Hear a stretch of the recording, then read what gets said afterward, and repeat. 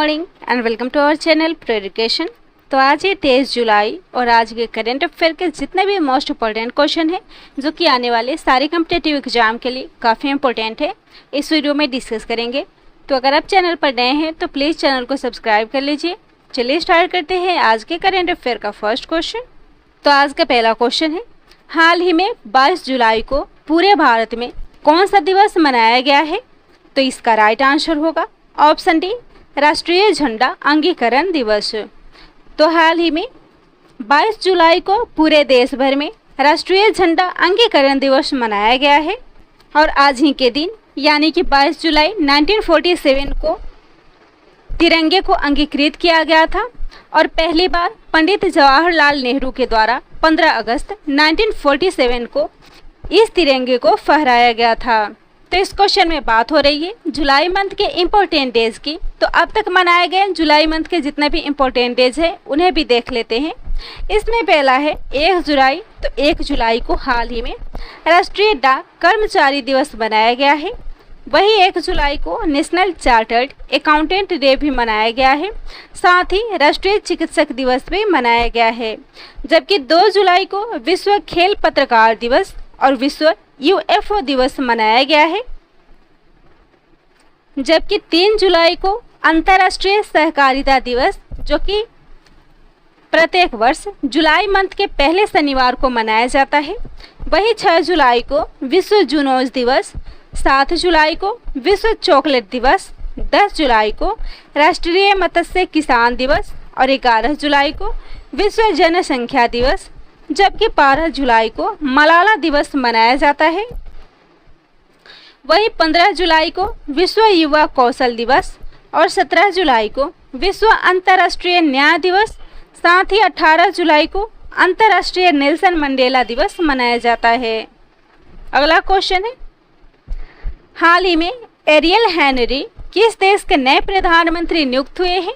तो इसका right answer होगा ऑप्शन ए, हैती। तो हाल ही में हैती के नए प्रधानमंत्री एरियल हेनरी को बनाया गया है और हाल ही में 2 सप्ताह पहले हैती की राजधानी पोर्ट ऑफ प्रिंस में वर्तमान राष्ट्रपति जोवेनल मोसे की हत्या कर दी गई थी और अपनी हत्या से पहले जोवेनल मोसे ने हेनरी से पद संभालने के लिए कहा था, जिसके बाद एरियल हेनरी को हैती के नए प्रधानमंत्री के रूप में नियुक्त किया गया है। तो यह बात हो रही है हैती की, जिसकी राजधानी है पोर्ट ऑफ प्रिंस और यहाँ की करेंसी है हैतियन गोल्डे। तो इस क्वेश्चन में बात हो रही है हाल ही में नियुक्त प्रधानमंत्री की। तो इस क्वेश्चन से जुड़े कुछ इंपॉर्टेंट पॉइंट्स हैं, यानी कि इस क्वेश्चन के साथ ही कुछ और देशों के प्रधानमंत्री को भी देख लेते हैं जो आपके आने वाले एग्जाम्स के लिए इम्पोर्टेंट हो सकते हैं।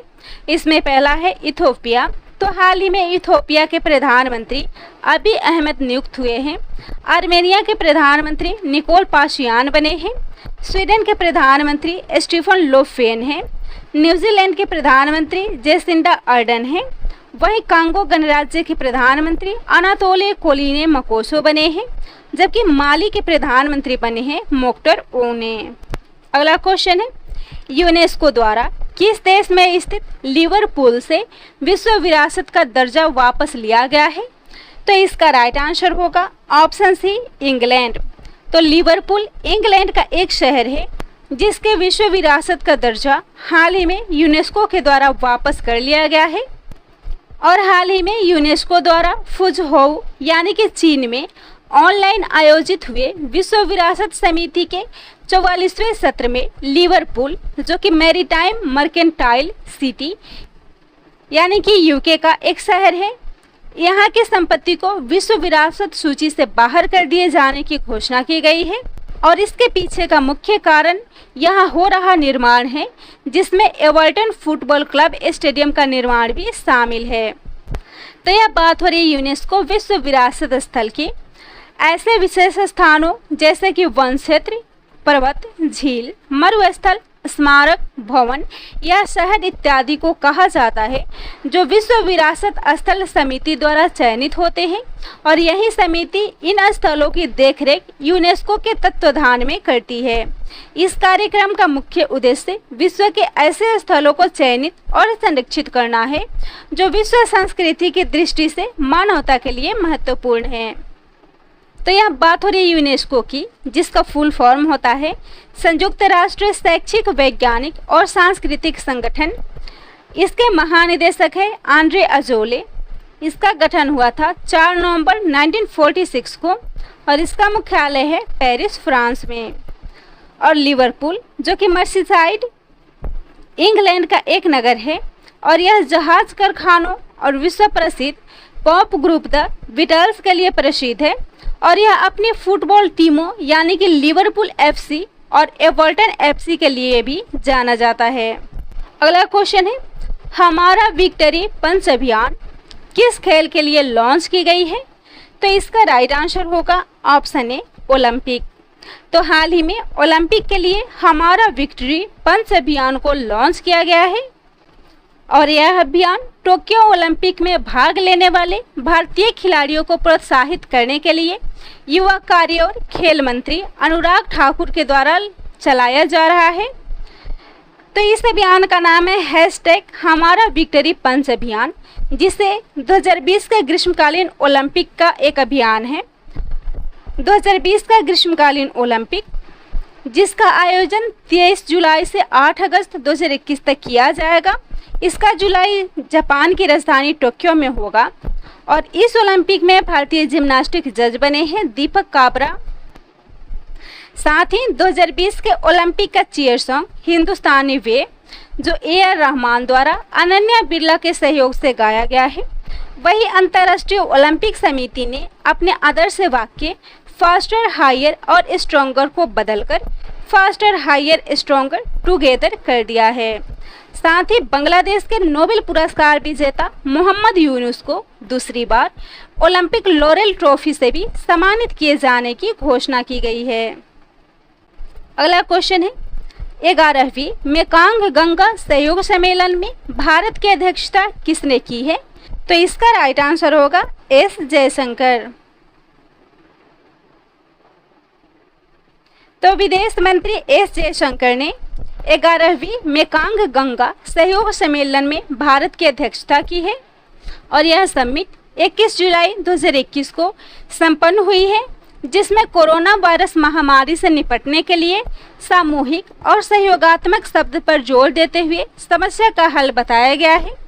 तो मेकांग गंगा, जो कि कनेक्टिविटी, पर्यटन और संस्कृति सहित कई क्षेत्रों में सहयोग को बढ़ावा देने के लिए वर्ष 2000 से 6 देशों यानी कि Bharat, Cambodia, Myanmar, Thailand, Laos और वियतनाम को शामिल करते हुए मेकांग गंगा पहल की शुरुआत की गई थी। 2032 ग्रीष्मकालीन ओलंपिक को किस शहर में आयोजित किया जाएगा? तो इसका राइट आंसर होगा ऑप्शन सी, ब्रिस्बेन। तो 2032 में ग्रीष्मकालीन ओलंपिक को ऑस्ट्रेलिया का एक शहर ब्रिस्बेन में आयोजित किया जाएगा। सन 2000 में सिडनी ओलंपिक और इससे पहले 1956 में मेलबर्न ओलंपिक के बाद ऑस्ट्रेलिया तीसरी बार ग्रीष्मकालीन ओलंपिक की मेजबानी करेगा, जो कि 2032 में ब्रिस्बेन में इसका आयोजन किया जाएगा। इंडोनेशिया, हंगरी की राजधानी बुडापेस्ट, चीन, कतर का दोहा और जर्मनी के रूहट घाटी क्षेत्र सहित कई शहरों और देशों में 2032 खेलों की मेजबानी में रुचि व्यक्त की थी। हालांकि ब्रिस्बेन पसंदीदा मेजबान था, जिसे फरवरी में चुना गया था और जून में IOC के 15 मजबूत कार्यकारी बोर्ड के द्वारा इसको मंजूरी प्राप्त हुई है। तो यह बात हो रही है ग्रीष्मकालीन ओलंपिक खेल या ओलंपियाड की, जो एक अंतर्राष्ट्रीय खेल समारोह है जो अंतर्राष्ट्रीय ओलंपिक समिति के द्वारा प्रत्येक 4 वर्षों पर आयोजित किया जाता है। ग्रीष्मकालीन ओलंपिक के 2 वर्षों बाद शीतकालीन ओलंपिक खेलों का आयोजन होता है, जो हमेशा ठंडे पहाड़ी जगहों पर किया जाता है, क्योंकि यह खेल स्कीइंग जैसे सभी बर्फ के खेल होते हैं। अगला क्वेश्चन है किस राज्य द्वारा स्वर्ण रेखा सिंचाई योजना शुरू की गई है? तो इसका राइट आंसर होगा ऑप्शन बी उड़ीसा। तो उड़ीसा द्वारा स्वर्णरेखा सिंचाई योजना शुरू की गई है और इस परियोजना के तहत उड़ीसा के मयूरभंज जिले के लगभग 70,000 हेक्टेयर भूमि को जनवरी 2024 तक सिंचाई की सुविधा प्रदान की जाएगी।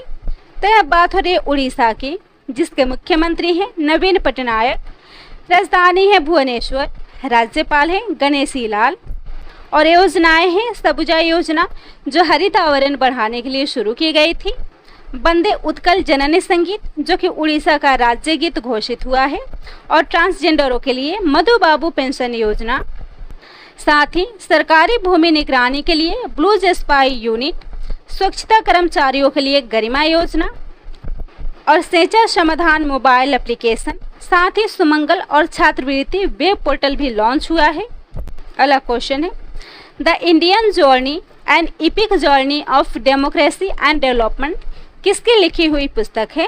तो इसका राइट आंसर होगा ऑप्शन बी विमल जलान। तो विमल जलान ने हाल ही में the India journey and EPIC journey of democracy and development नामक एक किताब को लिखा है। तो इस क्वेश्चन में बात हो रही है बुक और ऑथर की। तो इस क्वेश्चन से संबंधित करेंट अफेयर के कुछ इंपॉर्टेंट पॉइंट्स है, लाइक करेंट अफेयर के कुछ इंपॉर्टेंट बुक और उसके ऑथर हैं, उन्हें भी देख लेते हैं। इसमें पहला है fiercely female the Dutee Chand story, जिसको लिखा है सुदीप मिश्रा ने। माई अनकाउंटर इन पार्लियामेंट, जिसको लिखा है भालचंद्र मुंगेरकर ने। लिगेसी ऑफ लर्निंग, जिसको लिखा है सविता छाबड़ा ने। Masiha Modi a great tale expectation, जिसको लिखा है तौलीन सिंह ने। Vijyant at Kargil the life of a Kargil hero, जिसको लिखा है वीएन थापर और नेहा द्विवेदी ने। फियर ऑफ गॉड, जिसको लिखा है बोमदेवरा चंद्रबंदर ने। Wuhan diary from A quarantine city, जिसको लिखा है फंग फंग ने। इक्को बाग, जिसको लिखा है जेके रॉलिंग ने। लीजेंड ऑफ सुहेलदेव, जिसको लिखा है अमीश त्रिपाठी ने। Overdraft saving the Indian saver, जिसको लिखा है उर्जित पटेल ने। और getting competitive a practitioner's guide for India, जिसको लिखा है आरसी भार्गव ने। अगला क्वेश्चन है हाल ही में शुरू किए गए राष्ट्रीय लॉजिस्टिकल उत्कृष्टता पुरस्कार कौन से मंत्रालय से जुड़ा हुआ है? तो इसका राइट आंसर होगा ऑप्शन ए वाणिज्य और उद्योग मंत्रालय। तो हाल ही में वाणिज्य और उद्योग मंत्रालय ने लॉजिस्टिक उत्कृष्टता पुरस्कार को लॉन्च किया है और यह पुरस्कार 2 श्रेणियों में प्रदान किया जाएगा। पहले समूह में लॉजिस्टिक इंफ्रास्ट्रक्चर और सेवा प्रदाता शामिल हैं, वहीं दूसरी श्रेणी में विभिन्न उपयोगकर्ता उद्योग शामिल हैं। तो वाणिज्य और उद्योग मंत्रालय की वेबसाइट के माध्यम से प्रविष्टियां जमा करने के लिए संगठनों को आमंत्रित किया जाएगा और शॉर्टलिस्ट किए गए प्रवेशकर्ता अपना केस राष्ट्रीय जूरी पैनल के सामने पेश करेंगे और विजेताओं की घोषणा 31 अक्टूबर 2021 को की जाएगी। तो इसको लॉन्च किया है वाणिज्य और उद्योग मंत्रालय ने, जिसके मंत्री हैं पीयूष गोयल। और आज का लास्ट क्वेश्चन है भारतीय विरासत संस्थान को किस शहर में स्थापित किया जाएगा? तो इसका राइट आंसर होगा ऑप्शन सी नोएडा।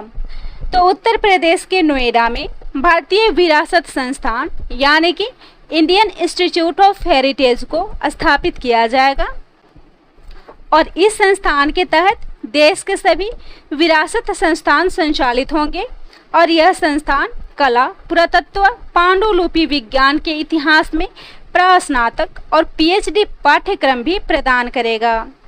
तो नोएडा जो कि उत्तर प्रदेश में स्थित है, उत्तर प्रदेश जिसकी राजधानी है लखनऊ, मुख्यमंत्री हैं योगी आदित्यनाथ, राज्यपाल है आनंदीबेन पटेल और उच्च न्यायालय है इलाहाबाद। लोकसभा सीट है 80, राज्यसभा सीट है 31 और विधानसभा सीट है 404, जो कि पूरे देश में सबसे ज़्यादा विधानसभा सीट वाला राज्य उत्तर प्रदेश है। यहाँ के मड़ुआडीह रेलवे स्टेशन का नाम बदलकर बनारस रेलवे स्टेशन कर दिया गया है और वही बनारस में रुद्राक्ष सम्मेलन केंद्र का भी हाल ही में प्रधानमंत्री जी के द्वारा उद्घाटन किया गया है। यहाँ हाल ही में जनसंख्या नियंत्रण, स्थिरीकरण और कल्याण विधेयक को पारित किया गया है। साथ ही पेपरलेस बजट पेश करने वाला भी यह देश का पहला राज्य है। यहाँ हेल्थ एटीएम्स स्थापित किए जाने की घोषणा की गई है। वहीं महिलाओं की सुरक्षा के लिए एक हेल्पलाइन नंबर 1090 जारी की गई है। साथ ही मुफ्त कोचिंग क्लासेज के लिए अभियोदय योजना शुरू की गई है और जमीनों की धोखाधड़ी रोकने के लिए 16 अंकों का एक यूनिकोड भी जारी किया गया है। तो यह था आज के करेंट अफेयर का टॉप 10 इम्पोर्टेंट क्वेश्चन। वीडियो पसंद आता हो तो वीडियो को शेयर कीजिएगा, चैनल को सब्सक्राइब कीजिएगा।